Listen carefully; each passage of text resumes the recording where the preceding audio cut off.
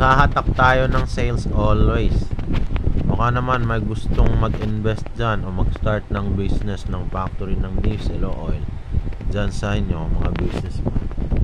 Meron kaming lugar doon, tinatawag ko, paulit-ulit kong sinasabi. Ito yung Candiisan, Tagbinas, Surigao del Sur, at Manambia, Tagbinas, Surigao del Sur. Gusto kong ma-develop yung lupa na yan para magkaroon na rin ako ng kita. Mahirap pag ganito yung mukha mo, ganito ka tapos wala ka pang pera sa edad mong 30, wala kang source of money, mahirap mabuhay. Oo, super hirap mabuhay. Yung lupa lang ang meron ako ngayon, Nugan, pati yung area sa Candiisan. Yan lang yung pwede kong ma-sell for now. Sige, kung gusto ninyong mag-business, PM me, o kaya naman add this guy. Thank you sa YouTube.